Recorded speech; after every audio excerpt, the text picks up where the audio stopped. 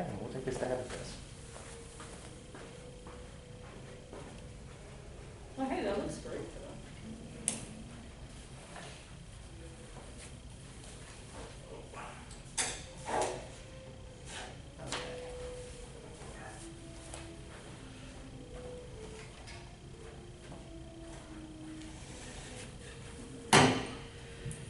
Okay, well, let's talk some Stephen King, right? Yeah. My name is Kyle Mitchell. I am the second director for the media track and helping out with the lit art comics track as well here at Monsterama. And this is the Cujo panel, and I'm very excited to talk to you today about this panel. Yeah. A full room here. Very full. It's you. Save your applause for the end. You hear? Yes, in the back, please sit down. Please sit down. We joke, and no one showed up to this panel. They must have gotten scared. Well, you know, rabies is terrifying.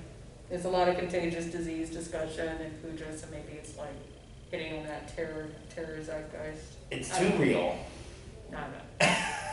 But we're gonna have this discussion anyway. We're gonna have the brave discussion that people So, won't want to have. That's right. Yes. And maybe save a life. Exactly. So Get your rabies vaccinations. you heard it here, folks.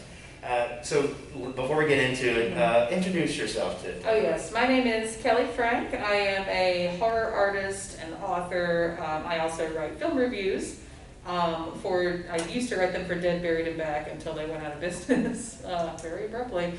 And let's see, and I used to be a college English professor, and so I'm used to breaking down film. That was one of the things I enjoyed doing, is making students watch creepy horror films and analyze them, because there's not enough horror in people's lives.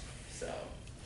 No, there's not. Yeah. And we're going to delve into some of my favorite topics around horror in this panel. I did not, so this is the first time I've read Stephen King's Cujo, was for this panel. Oh, well, that's awesome. And that, yeah, I read maybe 15 or 12 to 15 of Stephen King's novels before, and also a lot of his short stories.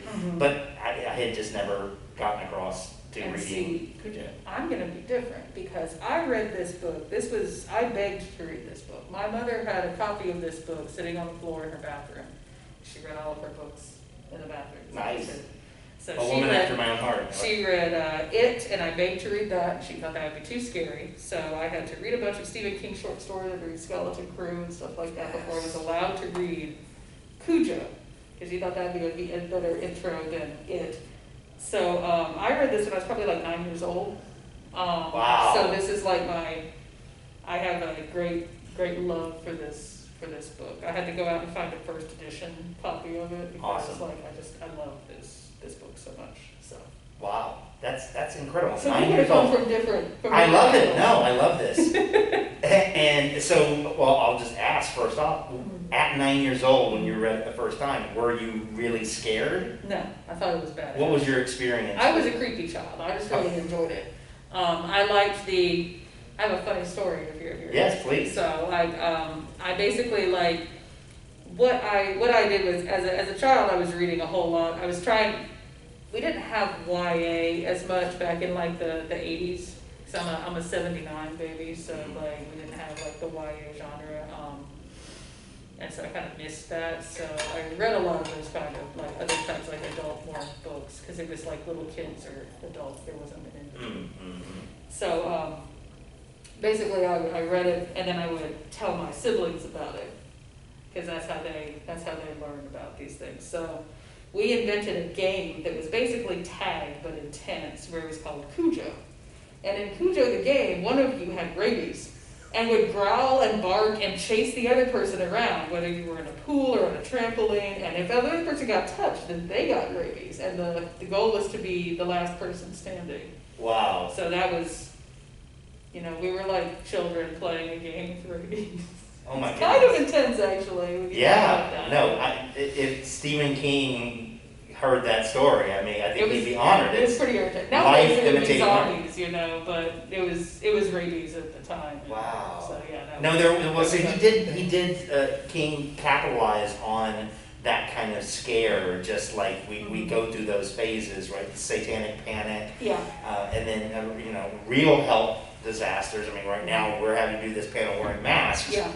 And so, yeah, there was a real scare about rabies. And, you know, I mean, I remember, I'm a 77 baby. Okay, so we're close. Yes, and I remember that about, you know, my mom warning us about playing with the neighborhood dogs, the strays, if you don't know the dog.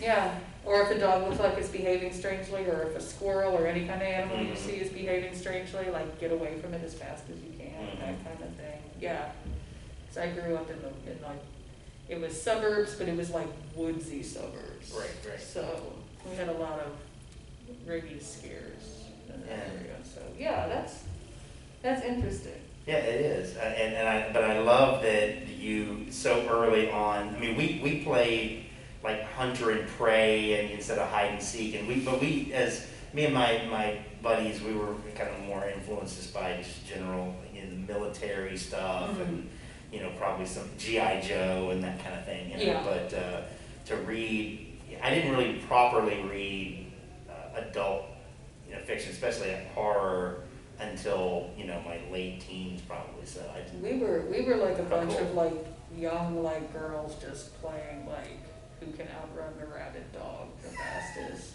So I love it. Yeah. Please tweet Stephen King that.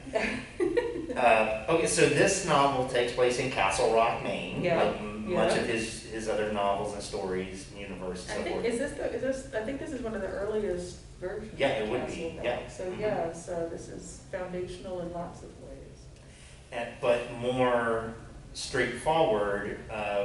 So we have some moments of the unexplained and unexplainable. Yes.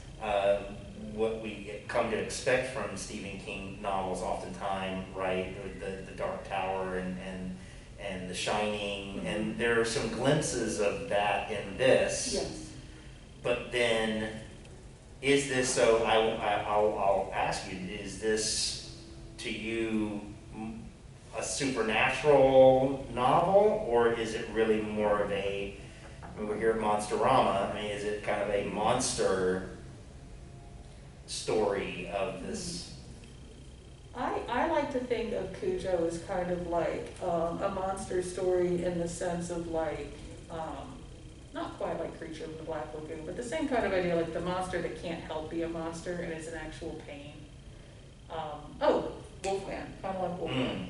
Where he's in pain, he wants someone to end the pain that he's feeling, but he also like doesn't understand what's happening to him. We understand it. And I think this is actually a really, like, this book is really good for like teaching like how rabies feels from the inside. You know what I mean? Like, and I think that like there's supernatural elements to it, but I think that a lot of those are kind of in service to like, I don't know, I read Pet Sematary again recently, that's another one I really like, and it has kind of this Greek tragedy kind of feeling about it, like this is an inevitable thing, and people trying to do stuff, there's supernatural things trying to stop it, but nothing can stop it because inevitably it's going to happen. And I feel like Cujo kind of has that same kind of like, this is an inevitability, this is what's going to happen, and it's kind of, the dog is just like a hapless victim of fate, kind of like Oedipus or somebody like that, but like, this is his fate and he can't get away from it. I don't know. I think that's a great observation, and you know what it reminded me of was the birds. Oh yeah, definitely. And do you know the story of the bird? Do you know the etymology of the birds? It's very similar to this. So the birds, the novel, was the real life horror that came was from what I've heard, was this red algae that had come in to the coast, and in England I think it was, and these birds that then wound up going to being mad and having some kind of disease. Instead of it killing them, it basically made them crazy. Yeah. And they started That's doing awesome. things they wouldn't do. And they didn't know why these birds were, doing air strikes and dive bombs, and killing themselves by just flying into buildings and windows and all kinds of stuff. They didn't know why at first until they started going and dissecting them, little birdie autopsies. Yeah. And that's what they found, was it wound up that it was this red algae that didn't normally come. That is fascinating. Isn't that interesting? Yes. And in a way, so if we believe that Cujo chased a rabbit into a cave and then got bit by a bat in a cave, yeah. I mean, do we believe that it really is what happened and he became a rabid dog? And Well, or is it something like that conspires to get him to behave in certain ways so that things happen? Like, there's a lot of different, like, you can interpret it either way, I think. Like, if you want to go with the supernatural aspect, you can lean into that. I personally like the, this is bad stuff happens to good people. Cujo's a good dog and bad things happen to him. By the end of it, he's the monster that has to be bludgeoned to death. You know what I mean? Like, yeah. that potential for wickedness in everybody at the end. I completely agree, and I've heard people say, I don't think I've heard Stephen King directly say this, but that the real theme of Cujo is don't be afraid of the real life dangers that are out there, which is so cool. As I was reading it, it's like so cool to think that this is like Stephen King writing the anti-Stephen King novel. Yeah, yeah. It's because when you think of Stephen King, you think of like, Pennywise the Dancing Clown and like stuff like that. But a lot of people don't think of stuff like, The Stand, which has a lot of supernatural elements, but also it's a disease that goes rampant and kills a bunch of people. And that's, it's easy to laugh about that until we sit where we are now. We're like, well. So, I kind of feel like that taking something that is very grounded in reality and pushing it to the very limit to see like how far you can take it, you know what I mean? Like, realistically, once they got quiet, Cujo would probably wander off because rabies would affect the creature to make them like go after any noise. So all they need is like a loud bird or something and he'd like run off after that. Yeah. But that's not what happens, because it's like they're all like locked in this fated thing. But I like the idea of taking like realism, grounded realism, and then pushing it like as far as you possibly can to see where it goes. It's almost a perfect storm to have the situation happen the way that it did. Yeah. But we hear stories on the news, real life stories all the time, that are just like that, right? Yeah. And sometimes they're survival stories, against all odds, crazy circumstances when everyone that could have helped did the exact opposite of their normal nature. Yes. Which to me is terrifying, because every chapter you're reading of Cujo, you have another player introduced that you think, oh, that person is now going to be help or solve things. Yeah. Oh, well, surely the postman, the mailman is going to deliver the mail there, until you find out, oh no. Every little thing is conspired to keep people from actually like going to the place, so they're well and truly trapped in this.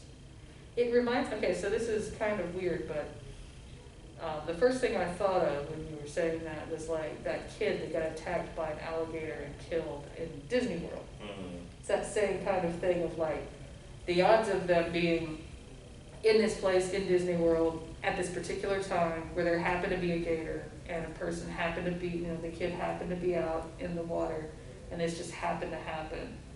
Like, those are very small odds. Like, Disney tries to maintain like safety and all this stuff. I mean, and even though they had signs up, that just happened to be one spot where a sign wasn't in the place where they noticed it. So it's just like, sometimes that does happen in real life, where there's like horrible things that happen because a series of, we just happened not to notice this, and this just happened to happen, and this just happened to be in this right spot, and then it's just horrible things happen, and it makes me think of that kind of. And sure, right, there are, so, you know, we sometimes like to make ourselves believe that things are connected when they're really not, and it's really just synchronicity. Yes. But then there are, I think one of the things that this novel shows and maybe proves is that decisions that we make do have consequences and the ripple effect. Because you said something that made me think of that at the beginning of this as well too.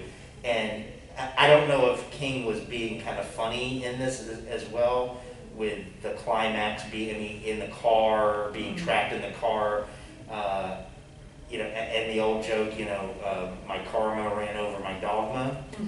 Yeah. But in a way, isn't this story really kind of about karma and Oh yeah. and what, because King does the great psychological torture, self-torture with a lot of his characters. Oh yeah. Where they have that self-talk and they just beat themselves up with the guilt and make it even worse. Oh, this story is all about that. It's just like, because everyone feels bad about all these little different things, and it's all just feeding together to create this big, like, climactic moment at the end. And I do want to talk about the end at some point, because we have to discuss that at some point. Yeah. Especially compared to the movie. Right. So if you've never, for our guests at home, if you've never read the book but you've seen the movie, you need to read the book, because there's some big differences, and one of the major is the end. Yes. And there will be spoilers ahead, and we will be doing some of that. And so yes, we definitely will be covering that. I felt like with this, part of what added to the tension throughout was the main characters.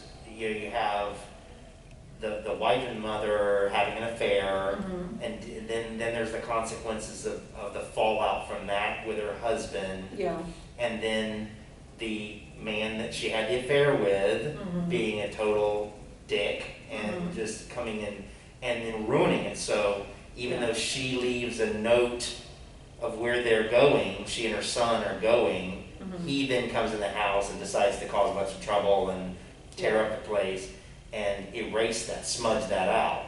Right? So that then even when her husband comes home, he has no idea what's happened. And then you also have like why her car is able to be there for so long without anyone noticing. And it's like, you know, when you find out that, well, the mechanic was actually abusive towards his wife, and she's trying to get her and her child out, and all that tension of her trying to escape is really good. And that moment when, like, you know, you realize that Cujo's being left behind and no one is going to be taking care of him, and it's like the consequence, because I don't know, I grew up in like a country kind of area where people would be like, oh, well, I don't feel like having this dog, I'll just let this dog go. Sure. You know what I mean? Or I don't feel like having this cat, I'll just leave this cat behind or move or whatever. And it's that same kind of thing. It's like, this creature is dependent on you to take care of him. They haven't taken care of this dog in terms of taking it to the vet, having it get its rabies shots, all of these kind of things. And so, like, it all kind of culminates into that neglect. And I feel like there's a lot of like masculine rage in this book coming and being directed at like women and children happening in it. And I feel like almost, if you want to look at it symbolically, Cujo could represent that blind rage that won't stop until it kills itself and everything around it. I don't know. But And I think that there's so much of, you know, I just wanted to scream through, you know, to the characters and stuff, because, like, just, pick up the phone. Like, I think that what this drill, it was almost like an after-school special, like PSA, right? Mm-hmm. To say, like, care enough to just, what's it gonna hurt? Well, what's it gonna hurt to just say something? Communicate. Like, okay, so yeah, your marriage is on the rocks. Mm-hmm. You just assume, oh, I'm sure she's okay, whatever. But your marriage is on the rocks because you don't communicate. What's it gonna hurt? And now you're gonna have all this issue because you don't communicate. And then if the local sheriff, like, mm-hmm. do your job. Go and check this out, right? Yeah. Unfortunately, eventually he does, but, right? But, yeah, but like, if you checked it out earlier, yes. It wouldn't have been this bad, and again, it's like that idea of like putting off stuff, like, I'll take care of that later, and it's like, there may not be a later. Yeah, and to your point about the wife, that domestic abuse, mm-hmm. and her wanting to just be like, oh no, let's not bother him. He's gonna get mad. Like mm-hmm. Let's not. And then and then you have poor Cujo's owner, basically the boy, yeah, the other boy. Yeah. And I almost wished after reading this to see a follow-up Stephen King novel about that kid. Yeah, because how bad would you feel? Do you feel it? Because in the end of the novel. Dog. Yeah. And your dog is dead. Your dog has like killed people. Yeah. Like just your whole would you ever want a pet again? Like that's devastating. And almost it's very interesting at the end because the boy then gets a new dog, right? Yeah. And it's like oblivious. It's just like happy, and in a way, mm-hmm. to me that said like, okay, this monster who was a good dog, turned bad mm-hmm. because of whatever, medically or supernaturally or a combination. Yeah. But then it wasn't the boy's fault, and there's oftentimes so much blame. Yeah. On and civil cases against family members who didn't have anything really directly to do with their, mm-hmm. Child or their pet or anything like that. So. Oh, I do feel like that might be a commentary on like nature versus nurture almost, and like how maybe we can't control every little thing that happens, and how they, sometimes bad things just happen, and sometimes otherwise good people or dogs can go bad for one reason or another, and maybe the lesson is about like taking responsibility for that and trying to mitigate potential harm instead of waiting until the harm is like all over your front yard. Yeah. Oh gosh. Too soon. Well, and right, and I think we need to get into the heart of what makes this a horror novel mm-hmm. and a monster. Why we're talking about it at Monsterama. Oh yeah. Because so after all of this happens, the chain of events that happen to put the series of unfortunate events. Seriously. Very unfortunate events. I don't have the right alliterative title like all those books were, mm-hmm. that would start with a P for Pinto. The Perilous Pinto. The Perilous Pinto, there we go. But we get to that point, and mm-hmm. and they planned, mm-hmm. they brought snacks. Yeah. There's all this stuff. She kept pushing the note on this bad car, mm-hmm. Mm-hmm. Which brilliantly also too, though, yeah, sure there were a lot on the road at the time of the writing and so forth, but it almost kind of like, to me, was like, oh, well, we know the maintenance history and problems with the Pinto. It's almost... Yeah. For anyone who doesn't know, like, the Pinto was notoriously, like, a very bad, dangerous car. It was like a death trap machine. Like, if it was hit in the back, like if someone got in an accident and they rear-ended you, it had a high chance of exploding.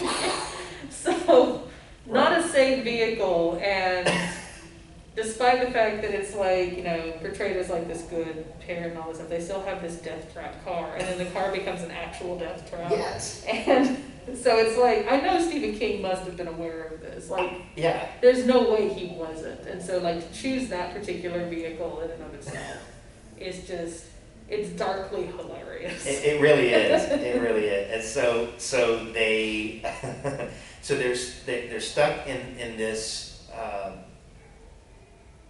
in the mechanic's yard outside of his barn. Yeah, just in his like driveway. Driveway, right. It's like, I think they had like a dirt driveway in there or something like that. But yeah. To your point, brilliant writing that you don't see all that often from the mind of a crazy animal. That's the thing that I think made it perfect for me to read as a kid, because I had read things like Call of the Wild and stuff like that are also from a dog's point of view. And so this was like that taken to a whole other extreme. Like if Call of the Wild had happened, except he got rabies and horrible, and it just becomes worse and worse. But I mean, I think like you're in Cujo's head and you're sympathizing. Like Cujo's not just like an angry dog, he's a character. And we like our monsters to have some kind of purpose, and tragic backstory in a monster is like perfection. I mean, Frankenstein's monster has got that in spades, and that's a classic. Yeah. Creature from the Black Lagoon. I mean, just wants love. Right? It's just a sad. And finally did with The Shape of Water, right? Yeah, exactly. It took a long time. Took a long time. Got it. Very long time. Right, so, but I loved it. I thought it, like, you get into the psychology of this dog and wondering why its owners would do this to it. And because it has no control over anything that happens to it. And then as it started, its vision, Cujo's vision kind of gets blurred, and just you see the slow decline, or maybe kind of even quick decline, really, in its perception of reality. And it doesn't understand, like, when they're beating up back, hitting the cardboard. Right. And why would it do he this? doesn't know what that sound is anymore, because sound has become such a like anger-inducing thing, and he just is like, I'm gonna attack it until it stops making the sound. Yeah. So they don't realize they're triggering like a major hellstorm of pain, a world of pain. It was crazy. I mean, it really was. So, why do you think? No, okay. I get it. There are a lot of people, and I've had this debate with a lot of people over the years about what are you willing to do to survive? Oh boy. Or what are you willing to do to protect your loved one, right? Especially a child. And to me, I thought, and not everyone is mentally and emotionally equal in that regard, right? Oh yeah. And I mean, certainly not there's physically. There's so many different like variables that happen here, and also like what can you do physically? Like what do you have at your disposal? I just got done watching A Quiet Place too, so I'm just like that idea of what people are willing to do to protect their kids is like kind of fresh right there. And bless her heart, I envision, was her name Donna? The main character's name? I think so. Vic and, I want to say but so. the mother, I envision her as reasonably petite, average. She's the standard Stephen King female protagonist. She's blonde and she's petite and she's like stands up for herself, but maybe gets herself in over her head. Like she's basically Wendy from The Shining. Right. Yes. It's just the standard early King female protagonist. Not Dolores Claiborne. Well, that was later Stephen King. We're talking early Stephen King. Dolores Claiborne, I think, would have. Yeah, I mean, Carrie doesn't count either, because she's not really a protagonist. She's your protagonist, but she's also the antagonist. So. That's very true. Though I will say that now that I think about it, Carrie and Cujo have a lot in common, because they're both in the point of view of the monster slowly losing control of themselves and lashing out at other people. Hadn't thought about that. And as a result of many layers many layers of things. Of things assaulting it Yeah. In different ways, whether it's neglect or abuse. Yeah, all of these. Mental, every type of, all accounts, right? Yeah. I hadn't thought about that before. I hadn't either, that's good. I wonder how much that, like, is something that Stephen King himself, like, observed. Because I know that he said with Carrie, he observed, like, many people in his high school that were subjected to different types of things like Carrie was, and he just sort of conglomerated that together, and then got Tabitha's influence insight into it, since he was writing a female perspective. But I do feel like Cujo has some of that rage of, the neglected or abused individual lashing out and maybe hurting everyone instead of just the people that hurt them. Yeah. It's kind of interesting. It is interesting. And did you hear Stephen King tell about how he came up with the idea for Cujo? Mm-hmm. So he says that and I think around 77, I think is what he went to, he was looking for a mechanic to fix his motorcycle, and he went, and he had heard about this guy, and so he went to his house kind of out in the country, far away, whatever, but he was, he could fix it, and it wasn't gonna like rip him off, like a city mechanic might, so it's kind of more of a shade tree mechanic, and they've been really good with motorcycles apparently. So he took his motorcycle over there, and when he got there, this guy had a dog that came out, and it was a Saint Bernard, and came out and kind of growled at him or something, and the owner said, oh, he's really normally a good dog. He doesn't normally do that sort of a thing, and that stuck with him. That this dog, when he went there to get his motorcycle fixed, he had this encounter with him, and what if a dog went bad, kind of thing. That was normally a good dog, and I thought that was a kind of reasonably innocuous. I mean, he got out of it. It was, Well, yeah, but it's like that kind of thing, like sticks in a creator's head and just kind of marinates there for a little while. That's definitely that's really interesting. I mean, it just kind of that idea. First of all, it's like an isolated place, so it's got that. I mean, it's not Hills Have Eyes level, but it's you do have that feeling of like, I'm off in an isolated location. This is before cell phones were ubiquitous, or GPS, so not everyone's going to be able to easily find you. Right. So what serial killer, what are you going to do? If Leatherface walks out, good luck.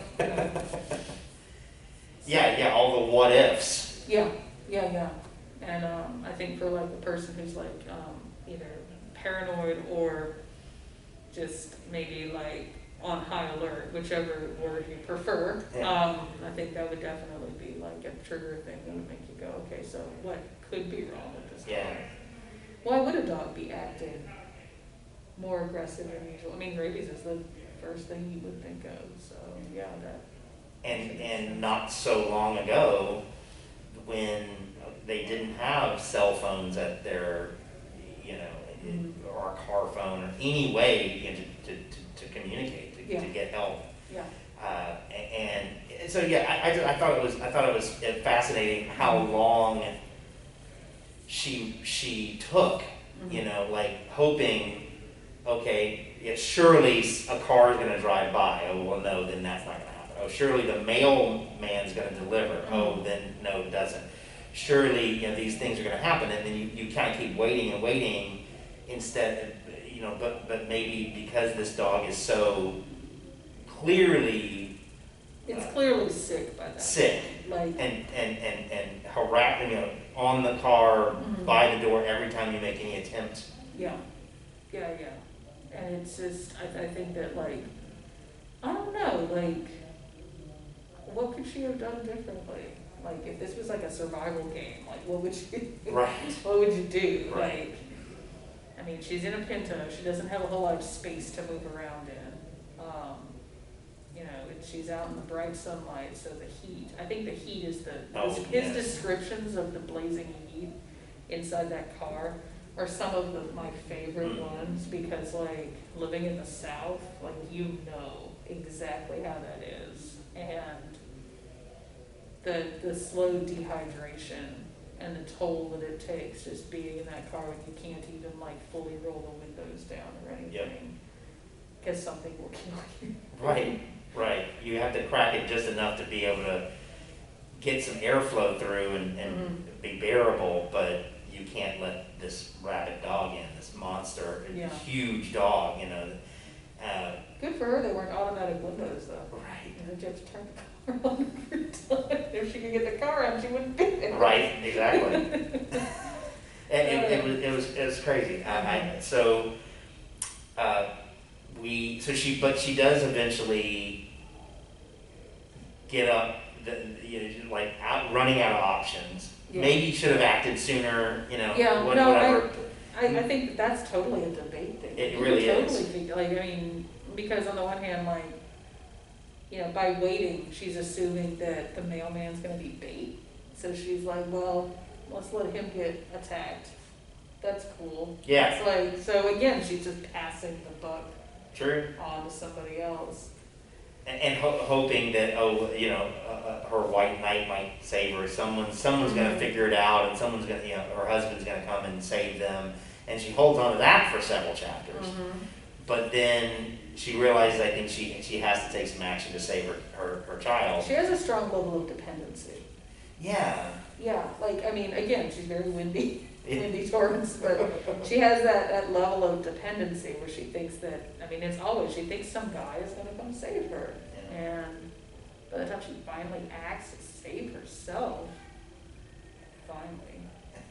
I mean, and we don't know how, like, she gets bit at one point. She gets bit on the leg, So- right, when she's trying to get back in, but doesn't she thinks, okay, I'm gonna take the clothes or something to protect herself, like her arm or something, maybe in case he goes to bite her or something. Yeah. But it's like, by then, she's infected with rabies. Right, she wants to get the baseball bat, that Yeah. she finally sees, okay, she sees a weapon, there's nothing in the car. Yeah. And again, they teach us nowadays, right, like if you're in some situation, like even tear the mirror, the rear view mirror off to be able to use to break yourself out of the car if you're Yeah. going underwater, or, Yeah. things like, but not everybody is MacGyver, No. and is gonna think in that, to be prepared. No, but I don't know, if I was sitting in a car for like that many hours, I'd probably start thinking about what I can use. Yeah. You know, like, can I pull the cloth off the roof and use that to make like bandages or something? Something. Or sunshades, I don't know, something. Yeah, I mean, you can't really like try and start a fire in the car or anything, No. I mean, you could start a fire and put it in the dog's face though, I mean, that would be unfair. Yeah, if somehow you could get to even like some of the gasoline or something to be able to then. Just blow the car up. Make a bomb. I was gonna say to be able to like a Molotov cocktail or something to like go and throw it to some of the brush to start, but then that's dangerous yourself as well. But we're also like just, I mean, woulda, shoulda, coulda. I mean, at the end, like, this is probably a fairly realistic example of how a person would realistically react, right? Yes. Waiting for someone else to help them. Which is what makes it so scary. And infuriating. And infuriating because like I said, I think this is such a lesson in don't not whitewash, but don't like coddle your children and really anyone about the real things. Like there are real pedophiles out there, right? Like, so protect yourself. No, let them know how to protect themselves. Yeah. So and that's beautiful, right? With he starts out and then the boy has these monster words because he sees this monster in the closet. And the novel was even prefaced with talking about Frank Dodd, right, the serial killer. I love that so much. From so creepy. The Dead Zone, right? And I think he's mentioned in some other one, maybe Needful Things too. All that Stephen King universe. Yeah. And so when I was reading, I made this note in my phone when he was going through the monster words, "You have no business here." And I wrote a note saying, I really hope there's a callback at the climax where a little Tad like tries to use the monster words on Cujo, and he never really did that, but she did say, like, she at one point, right, didn't she say she wished the monster words would work? Yeah, but again, like, what she's done is they've taught their kid that monsters don't exist. But yet here's a monster.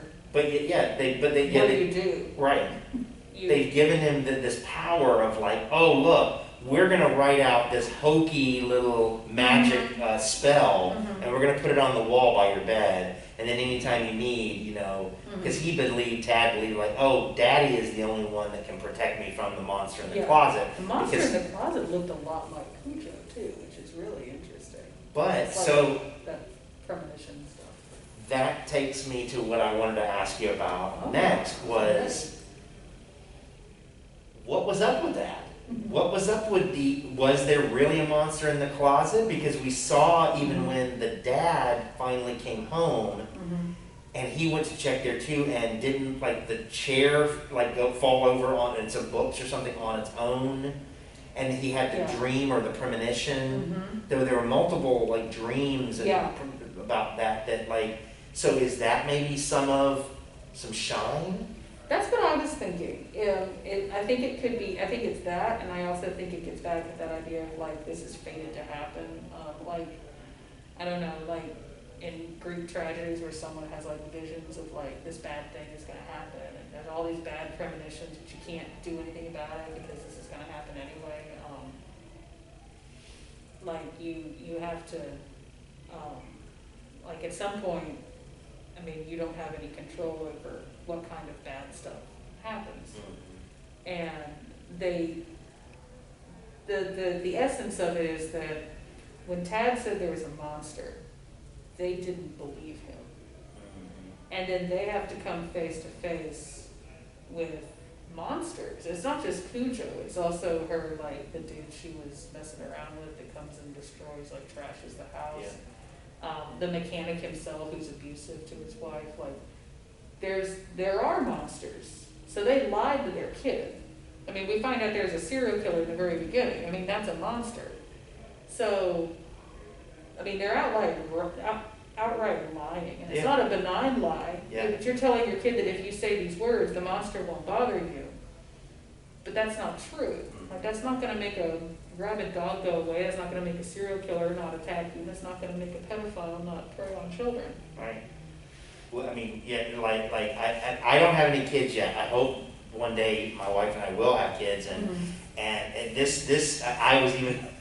She kind of laughed at how like personal I got with this because I was like so mad. I was so upset like about like this it's such bad parenting in so many ways, and so many other people like they say it takes a village, and so this community of people that could all do better to take care of each other, and they failed, and that we worry about some of now where people are they don't know their neighbors as well, they don't really communicate or collaborate with their local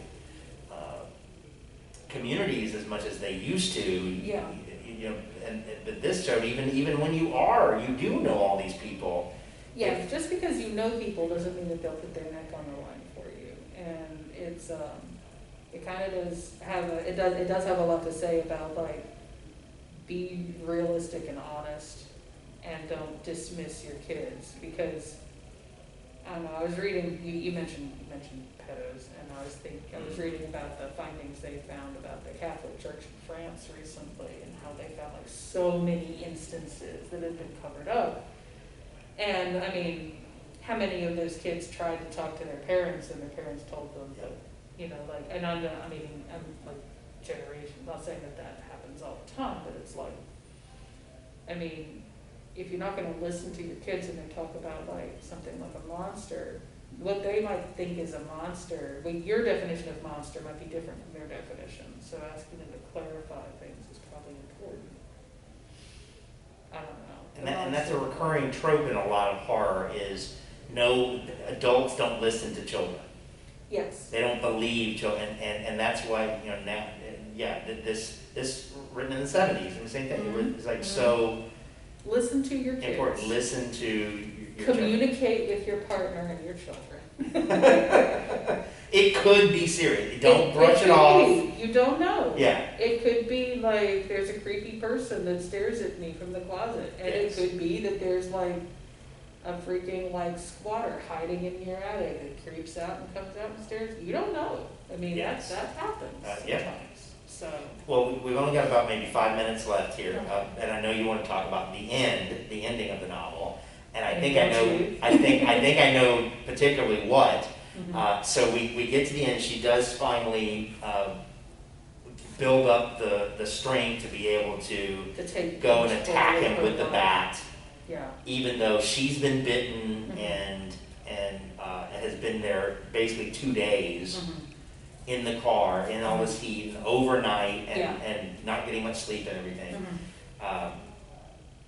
So then she manages to. Yeah. And I think that it's important that she's bitten at that point, because it's like she's taken some of the rage from the monster into herself, and that's the only way she can find strength is in that. She has to become monstrous in her own way in order to actually defeat it, because if she's just going to be passive and a victim, she's not going to be able to get anywhere. But she pays for that too, because she waited so long. And that's the big difference from the novel and the movie, is that Tad dies. Yes. What did you think about the fact that they chose that in the movie versus the book? That's what, so that's what I read, was that they thought that it was too dark. It was too sad. They needed a triumphant ending of victory over the monster. Yeah. Kind of Hollywood ending. What did you think? Well, because I understand why they would do that for the movie, and it in a way it can. I didn't think the way that in the movie it really served its purpose. If you made a movie version of the book with all that we've just been talking about, and she turned a page and was able to then now realize the error of her ways and come out victorious through her actions, then maybe it would be a good lesson of, it would have been too late, but you made some good decisions. Yeah, but I feel like by having Tad live at the end, I feel like in the movie they sort of take the teeth out of it, because that's part of the reality in our world that we live in, which Kane's trying to replicate here, is that sometimes the monsters win. And I forget which book he has, but that's something that he has a character say a few times, is sometimes the monsters win, and I can't remember where it was, maybe it's It or something like that. But I think about that with Cujo in the movie version, because it's very important that, there's multiple monsters in this, and she has to overcome her fear, but she waits forever, and by the time she's able to actually do it, Cujo's weaker, so she might have been able to defeat him easier. But, Tad dying is kind of important. Because, I don't know, it just feels like it takes away the threat. Like, I think of spoilers for The Mist. But The Mist, I feel like, did a lot better with that, because they weren't afraid to go that route, and then the ending just hits home so much harder, because they've been through so much, and he's literally just shot his child, and they even have the kid wake up briefly to see it happen. So, and then he gets out, and then everything's fine. Just devastating. Well, I was not ready so when she finds out that the police get there, of course Cujo kills the cop, and then finally the ambulances and stuff come, and the husband and so forth. But at that point, they're treating her wounds, and they're first to see, okay, what happened here. But she doesn't even know that Tad died. Yeah, she has no idea. She has to find that out secondhand, and then she herself goes rabid. Yeah. And he wrote even the EMT, the paramedic, had to go to the hospital because she bit him. Yeah. And he had to go for rabies treatment from her, and I was not prepared for that. I liked that. I loved it, but I was shocked. The monstrousness just carries on, and it's this idea of her trigger thing was this, and that's, I don't know, it just. I would have loved to see that on the screen, Yeah. to see this. She's been through so much already, and then she kills this monster that's been tormenting them, and then finds out it was for nothing. She didn't wind up protecting her son, and then she just has to see him and is even fighting off, and now she is gone crazy, just like Cujo. She is now the Cujo of the situation, but she gets more treatment. And is it because she's a person and Cujo killed a bunch of people? And I don't know, but that idea of monstrousness passing around. There's an old Vincent Price movie called Diary of a Madman that I love. And it's this idea. It's based on a Camus story about an evil entity that can possess people and make them do horrible things. And the idea that evil moves on to another host. It's that idea of evil having a presence and moving into a body and then moving on to the next person and over again. It's kind of like Cujo transferred that to her, and it'll just keep going. And what's the EMT gonna do? It follows, kind of a little bit. Yeah, And that's one of the ongoing mysteries about it. Did Frank Dodd, the spirit, kind of in Child's Play or something? But that was Clive Barker, I think, right? Yeah. But was there something similar to that, or like a Pennywise, that there's this evil, malevolent spirit that is going around and maybe caused Frank Dodd to be doing the things that he did. But did the spirit of Frank Dodd inhabit Cujo? Yeah. And possess him in a way, that or the bat that bit him, down. or what Yeah. And that's kind of left, unexplained. But Because there is a supernatural element to it, and we don't know. And I think that's what makes this such a good story. Because it was just dog goes rabid, kills a bunch of people, gets Right. killed. It wouldn't be as much of a story that resonates. Yeah. But I think when you say Cujo, everyone knows, oh, Rabid Dog.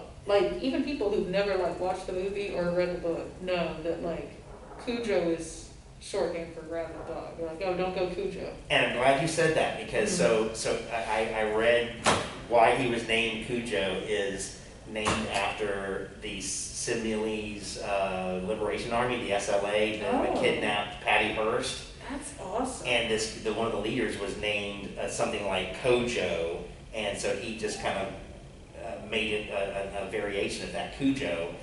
And then when you get to the very end and Cujo's little boy gets a new dog, and he's like, what am I naming it? I'm going to name it Willie or something. And it's so oblivious that you just move on. It's interesting, a rose by any other name, kind of thing. So it just sealed the deal for me that, it doesn't matter, that this was just a one-off bad dog that had bad situations happen to it. Lots and lots of bad situations. Was the part of the bad situation caused by the abusive dad, and that kind of, and now that the kid's away from that, yeah, but it will wasn't. this dog be fine? I don't know. The culmination of wickedness in the town just decided to lash out. Well, I loved it. This was one of the most affecting novels that I've read in a long, long time, and it was a pleasure to talk to you It's been a pleasure. About it here. So before we go, tell everybody where they can find you on social media or anything else. You can find me at morbidsmile.com. I'm also on Etsy. I'm on Instagram at morbid_smile. I'm on Facebook. Go check out my art, check out my writing, and give me a follow. I'm Kelley M. Frank. And I am Kyle Mitchell. You can find my poetry. I have 2 books of poetry. You can just search for Kyle Mitchell online. You can find my 2 books. And on social media at Poet Kyle. So thanks for watching our discussion of Cujo here at Monsterama 2021. Thank you. Yep. Thank you, Kelley. You're welcome. That was great. Look at us, making the best of it. I almost could believe it was an actual. Even more depth than I hope. We'll see how this comes out. I have no idea, We'll find out.